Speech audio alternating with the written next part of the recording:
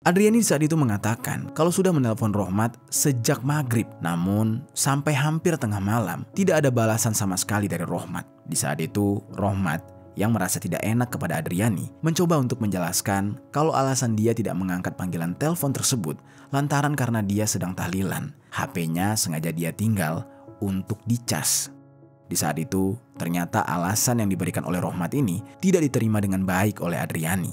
Adriani di saat itu langsung saja mengalihkan obrolan tersebut. Halo Sobat Pena, apa kabar hari ini? Assalamualaikum warahmatullahi wabarakatuh. Hari ini kita akan kembali membahas kejadian-kejadian mengerikan, kisah nyata yang terjadi di muka bumi ini. Kisah kali ini datang dari Jawa Tengah, bercerita tentang seorang laki-laki yang tega menghabisi istrinya sendiri setelah 2 minggu mereka menikah, lantaran merasa kesal karena istrinya tersebut terus membanding-bandingkan dia dengan mantan. Tidak hanya itu, kekesalan yang dialami oleh laki-laki tersebut juga semakin memuncak saat istrinya terus saja mencaci maki persoalan fisik laki-laki tersebut, yang mana memang laki-laki ini adalah penyandang cacat fisik. Namun, entah kenapa istrinya tersebut jadi tega kepada suaminya ini. Bagaimana cerita selengkapnya tentang kasus yang satu ini? Langsung saja kita bahas di Kata Pena.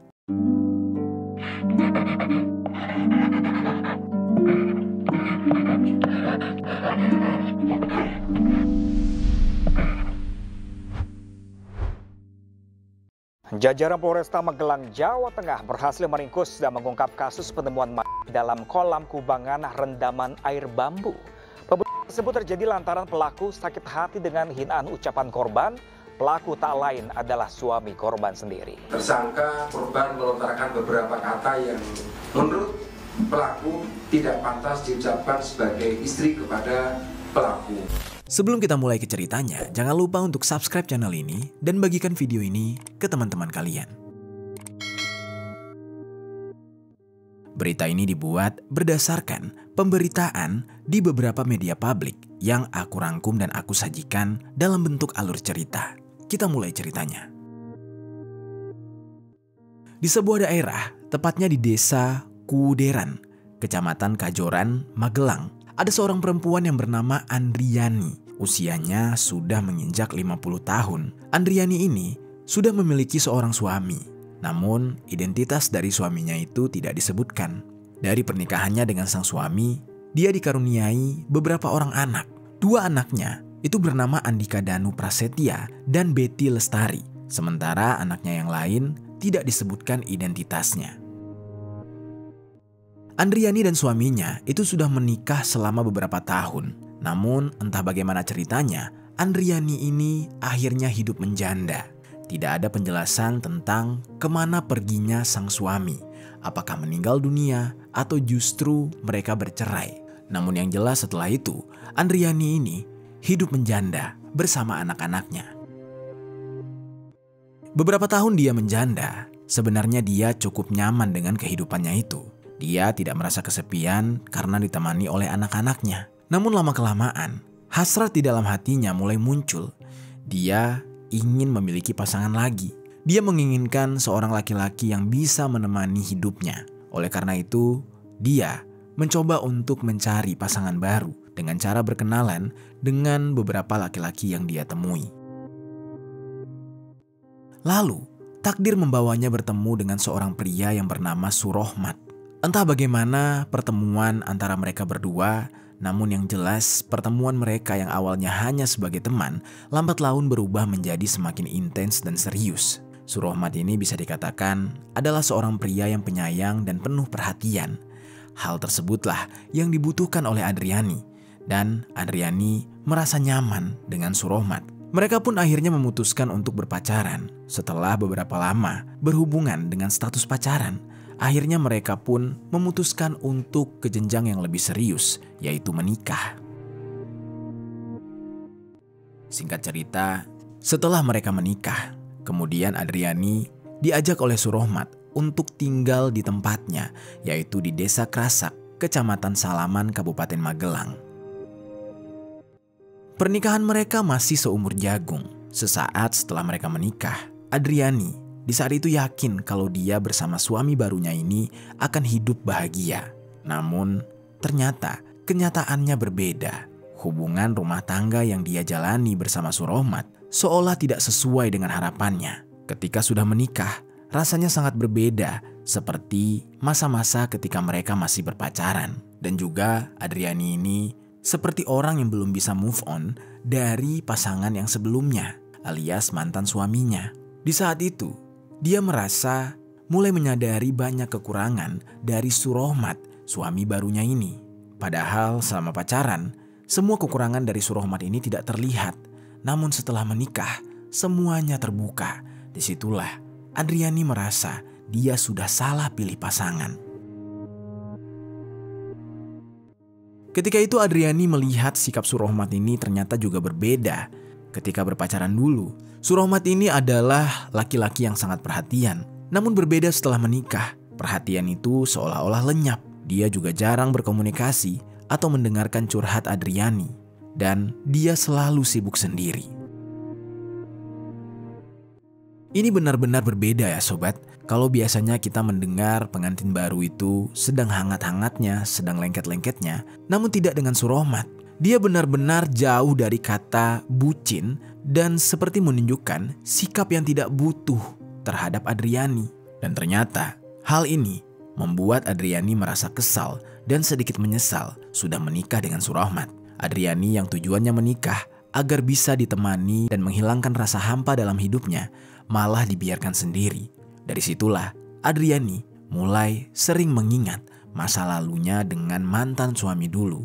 Dan di saat itu dia mulai membanding-bandingkan antara Rohmat dengan mantan suaminya. Menurut Adriani, mantan suaminya dulu terlihat lebih peduli dan perhatian ketimbang Rohmat. Namun di saat itu Adriani masih menahan diri untuk tidak mengatakan hal tersebut kepada Rohmat karena dia masih berusaha menghormati Rohmat. Dan anehnya, setelah menikah, Adriani ini tidak selalu tidur dengan suaminya. Pada saat itu, Adriani masih sering bolak-balik ke rumah lamanya yang saat ini ditempati oleh anak-anaknya. Lalu, tibalah pada suatu hari, Adriani diminta oleh anak ketiganya yang masih sekolah untuk datang mengambilkan rapor ke sekolah. Pada saat itu Adriani mengiyakan permintaan anaknya dan langsung saja menuju ke kediaman anaknya itu dengan membawa beberapa pakaian yang akan dia pakai besok karena rencananya dia akan sekalian menginap di kediaman anaknya agar keesokan harinya bisa menemani sang anak untuk mengambil rapor. Setelah mengemasi barang-barangnya, Adriani kemudian di saat itu langsung menuju ke rumah anak-anaknya. Di saat itu dia sempat meminta izin kepada Rohmat, namun tidak diketahui apakah Adriani ini diantar oleh Rohmat atau justru pergi sendiri. Lalu singkat cerita, tepat keesokan harinya di tanggal 15 Desember tahun 2023, Adriani langsung menuju ke sekolah anaknya untuk mengambil rapor. Setelah mengambil rapor, Adriani pun kembali ke rumah dan berbincang-bincang dengan anak-anaknya sambil melepas kangen. Lalu setelah dirasa cukup berbincang dengan anak-anaknya, dia berpamitan kepada anak-anaknya karena dia mau pulang ke rumah suaminya. Ketika dia hendak pulang, dia terlebih dahulu menghubungi suaminya, Rohmat, lewat telepon untuk minta dijemput. Namun di saat itu anehnya, Rohmat ini tidak bisa dihubungi. Adriani sudah berkali-kali menelpon ke nomor Rohmat, namun sama sekali tidak ada jawaban. Adriani yang di saat itu merasa kesal dan melihat hari yang sudah malam, akhirnya dia meminta kepada anaknya yang bernama Adika untuk diantarkan kembali ke rumah suaminya. Di saat itu dia diantar oleh Adika dan temannya Adika sekitar pukul 21.30. Nah, pada saat mengantar Adriani ini, Adika tidak mengantar dia sampai ke depan rumah Rohmat. Sekedar informasi ya sobat, rumah Rohmat itu memang lokasinya cukup jauh dari mana-mana. Aksesnya juga hanya lewat jalan setapak yang juga terbilang sangat licin. Hampir tidak ada lampu jalanan di sana. Makanya, karena kondisinya gelap dan menakutkan saat malam hari, Adriani yang merasa kasihan kepada anaknya ketika nanti pulang sendiri, hanya meminta anaknya untuk mengantarkan dia sampai jalan raya depan gang menuju rumah Rohmat saja. Biar setelah itu Adriani jalan kaki saja menuju rumah. Setelah melakukan perjalanan dengan anaknya, Adriani pun kemudian sampai di jalan raya depan gang. Lalu anaknya bersalaman dengan dia dan izin pamit pulang. Barulah setelah itu Adriani berjalan ke rumah Rohmat. Namun di saat itu dia masih mencoba untuk menelpon Rohmat, tapi tetap saja tidak ada jawaban sama sekali dari suaminya tersebut. Hingga tidak terasa Adriani pun sampai di rumah Rohmat. Ketika dia sampai, secara kebetulan sekali, Rohmat juga ternyata baru pulang. Dia baru saja menghadiri sebuah tahlilan. Jadi, ketika itu, mereka langsung bertemu di depan rumah, sama-sama baru pulang. Sesampainya Rohmat di rumah dan bertemu Adriani, ternyata Adriani ini langsung ngomel-ngomel sobat. Karena dia merasa kesal dengan suaminya itu yang tidak mengangkat telepon. Ya wajar saja, namanya juga perempuan, pinginnya diperhatiin, dikhawatirin. Tetapi Rohmat ini malah cuek banget, seolah-olah tidak peduli dengan keberadaan sang istri. Adriani saat itu mengatakan kalau sudah menelpon Rohmat sejak maghrib, namun sampai hampir tengah malam tidak ada balasan sama sekali dari Rohmat. Di saat itu Rohmat yang merasa tidak enak kepada Adriani mencoba untuk menjelaskan kalau alasan dia tidak mengangkat panggilan telepon tersebut lantaran karena dia sedang tahlilan. HP-nya sengaja dia tinggal untuk dicas. Di saat itu ternyata alasan yang diberikan oleh Rohmat ini tidak diterima dengan baik oleh Adriani. Adriani di saat itu langsung saja mengalihkan obrolan tersebut. Tiba-tiba di saat itu, Adriani yang masih sangat kesal, dia meminta kepada Rohmat untuk diantarkan ke tukang pijat. Namun, nada yang dia gunakan ketika meminta diantarkan itu dengan nada marah. Di saat itu, Rohmat yang sadar kalau dia salah, akhirnya menuruti permintaan sang istri. Dia langsung mengganti pakaiannya dan pergi untuk mengantarkan Adriani ke tukang pijat. Lokasi tukang pijat itu ada di Dusun Kuiyu, Desa Sriwedari, Kecamatan Salaman. Lokasinya lumayan jauh dari kediaman mereka. Makanya pada saat itu, mereka berdua pergi dengan menggunakan sepeda motor. Pergilah mereka, dan ketika di tengah perjalanan, tiba-tiba, entah mengapa Adriani ini terus saja mengungkit masalah telepon tadi. Dia benar-benar kesal karena suaminya itu tidak mengangkat telepon. Di sepanjang jalan, dia terus saja nyeletuk, membicarakan permasalahan tersebut berulang-ulang sehingga membuat Rohmat merasa sangat muak. Padahal di saat itu, setiap pertanyaan dari Adriani mengenai telepon tersebut sudah dijawab oleh Rohmat dengan baik. Bahkan Rohmat sudah mau mengantarkan dia ke tempat tukang pijat, yang artinya di saat itu Rohmat merasa menyesal karena tidak mengangkat telepon istrinya. Namun ternyata Adriani sebagai seorang istri yang cerewet, dia masih saja tidak puas. Sampai-sampai di saat itu, dia sudah bersikap kelewatan. Dia mengucapkan kalimat yang membuat hati Rohmat sangat sakit, yaitu dengan membanding-bandingkan Rohmat suaminya dengan mantan suaminya dulu. Dia menyebutkan kalau Rohmat tidak perhatian, tidak lebih baik daripada mantan suaminya yang dulunya sangat perhatian. Lalu di saat itu banyak lagi lontaran demi lontaran kata yang membuat Rohmat benar-benar sakit hati karena dibanding-bandingkan. Hal tersebut jelas saja membuat Rohmat sangat kesal hingga emosinya memuncak. Di saat itu Rohmat karena tidak terima merasa direndahkan, dia pun mulai beradu argumen dengan sang istri. Di tengah-tengah pertengkaran mereka tersebut, sampailah pada puncaknya, Adriani ini tiba-tiba saja mengejek fisik Rohmat. Dia mulai membanding-bandingkan Rohmat dengan mantan suaminya lagi. Namun kali ini jauh lebih kejam. Sampai-sampai Rohmat yang memiliki kekurangan, yaitu cacat telinga sejak lahir, juga dibanding-bandingkan oleh Adriani dengan kesempurnaan fisik dari mantan suaminya. Hal tersebutlah yang kemudian membuat Rohmat tidak lagi bisa terima dengan ucapan dari istrinya ini. Rohmat di saat itu merasa sangat sakit hati karena fisiknya dihina. Yang awalnya dia hanya dibanding-bandingkan mengenai sikap dan perhatian, tapi kali ini hal yang dibandingkan oleh istrinya adalah sesuatu yang tidak bisa Rohmat rubah karena itu adalah pemberian Tuhan. Dengan kondisi yang sangat marah dan emosi di dalam perjalanan tersebut, tiba-tiba saja Rohmat menghentikan motornya di sebuah tempat yang sangat gelap dan juga sepi. Rohmat kemudian langsung turun dari motornya. Lalu dengan penuh emosi, dia langsung mencekik leher Adriani secara gila-gilaan dengan tangan kosong sampai istrinya tersebut merintih kesakitan. Di saat itu, Adriani menyadari kalau apa yang sudah dia ucapkan sedari tadi sudah membuat suaminya murka. Dia tidak menyangka kalau suaminya ini bakal semarah itu. Pada saat itu juga, Adriani mencoba untuk minta ampun. Dia memohon maaf kepada Rohmat. Namun Rohmat yang sudah terlanjur pitam dan amarahnya tidak terbendung lagi, benar-benar tidak menghiraukan perkataan dari Adriani. Dia malah semakin menggila melanjutkan aksinya tersebut dengan mendorong Adriani hingga terjatuh dan terbentur ke jalan cor. Tidak puas sampai di situ, Rohmat selanjutnya memegang kepala Adriani dan langsung membenturkan kepala belakang Adriani ke jalan cor tersebut sebanyak 3 kali. Hingga Adriani pun pingsan tidak sadarkan diri. Di saat itu Rohmat tidak menyadari kalau sebenarnya Adriani bukan pingsan.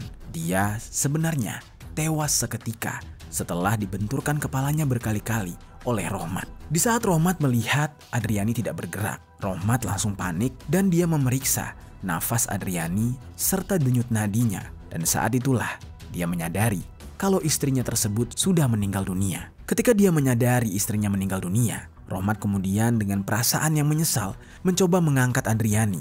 Dia memanggul Adriani, namun di saat itu dia tidak mampu menopang berat badan Adriani. Dan Rohmat pun memutuskan untuk menyeret jasad istrinya itu.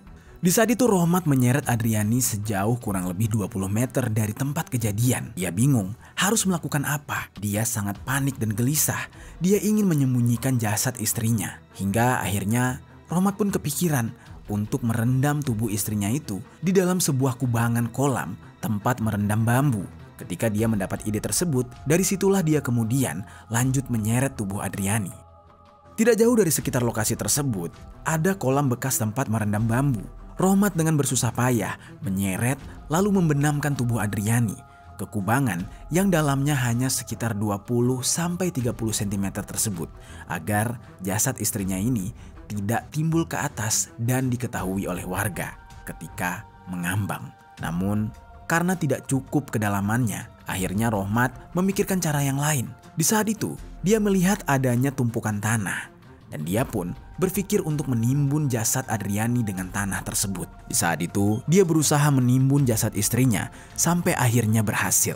Setelah merasa kalau aksinya itu berjalan dengan lancar, selanjutnya Rohmat langsung menuju ke motornya dan pulang ke rumahnya yang lokasinya tidak jauh dari TKP. Pikirannya di saat itu kalut, namun di sisi lain dia merasa sangat puas dan lega dan dia merasa aksinya ini tidak akan ketahuan oleh siapa-siapa. Setelah itu, dia pun memilih untuk langsung beristirahat.